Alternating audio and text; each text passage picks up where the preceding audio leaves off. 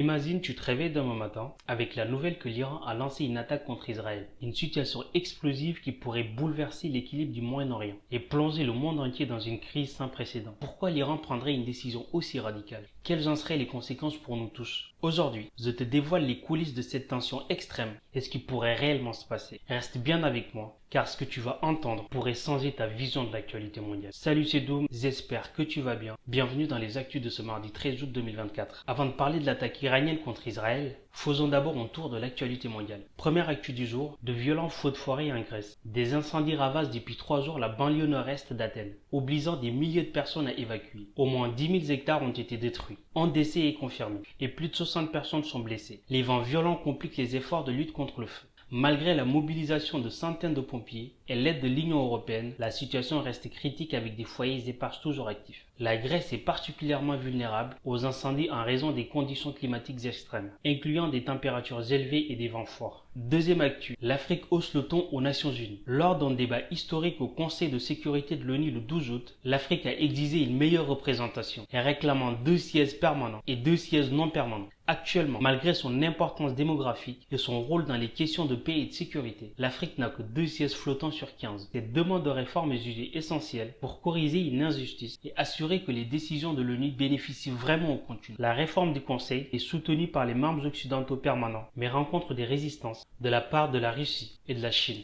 Est-ce que toi, tu penses que l'Afrique n'est pas respectée au sein de l'ONU? Dis-moi ton avis en commentaire. Et si tu veux en savoir plus sur la question, je te mets le lien dans la description. Troisième actu. Au Sénégal, aujourd'hui c'était la journée sans presse. Le 13 août, la majorité des médias sénégalais ont observé une journée sans presse pour protester contre les mesures fiscales et économiques imposées par le gouvernement, qui menacent leur survie financière. Cette action vise à alerter sur la situation critique des médias, confrontés à des dettes fiscales, au blocage de comptes bancaires et à la saisie de matériel. Le secteur des médias est déjà fragilisé par des conditions de travail précaires et des difficultés économiques persistantes, avec des craintes de fermeture de journaux. Certains médias pro-gouvernementaux, comme la RTS ou Wolf TV, ont cependant choisi de ne pas participer à ce mouvement. Quatrième actu, l'incendie à la centrale nucléaire de Zaporizhzhia a été complètement éteint. Un incendie s'est déclaré hier le 12 août dans le système de refroidissement de la centrale nucléaire de Zaporizhzhia, contrôlé par les forces russes. Kiev et Moscou se rejettent mutuellement la responsabilité de l'incident. L'incendie a été complètement éteint et aucune augmentation des radiations n'a été détectée, selon les deux parties. L'Agence internationale de l'énergie atomique a confirmé qu'il n'y a eu aucun impact sur la sûreté nucléaire, mais a exprimé ses inquiétudes quant au risque d'un incident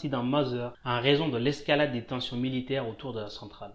Évidemment, ceux qui sont au courant de la suite. Et on termine avec cette actu qui fait la une des journaux, l'imminente attaque iranienne contre Israël. L'Iran a rejeté un appel des puissances occidentales à renoncer à ses menaces contre Israël, suite à l'assassinat des dirigeants du Hamas et du Hezbollah, incident pour lesquels Téhéran tient Israël responsable. Le gouvernement iranien et ses alliés régionaux, au Liban, en Irak et au Yémen, menacent Israël de représailles armées. Cette situation intervient dans un contexte de guerre à Gaza, déclenchée par une attaque du Hamas sur le sol israélien le 7 octobre, entraînant des tensions accrues dans la région. Parallèlement, des attaques et des contre-attaques se poursuivent entre Israël et Gaza. Le Hamas a revendiqué un tir de roquette sur Tel Aviv, tandis qu'une frappe israélienne a causé la mort de 10 membres d'une famille à Khan Younes. Israël a juré de détruire le Hamas. Responsable de l'attaque du 7 octobre, les violences ont fait des milliers de victimes des deux côtés, avec des civils pris aux pièges des hostilités. Sur le plan diplomatique, des tensions supplémentaires sont observées. Le président russe Vladimir Poutine s'est dit préoccupé par les pertes civiles palestiniennes et a réaffirmé son soutien à la cause palestinienne lors d'une rencontre avec Mahmoud Abbas. En Israël, le premier ministre Benjamin Netanyahou a démenti les allégations du New York Times selon lesquelles il aurait ajouté des conditions complexes à un accord de cessez-le-feu à Gaza,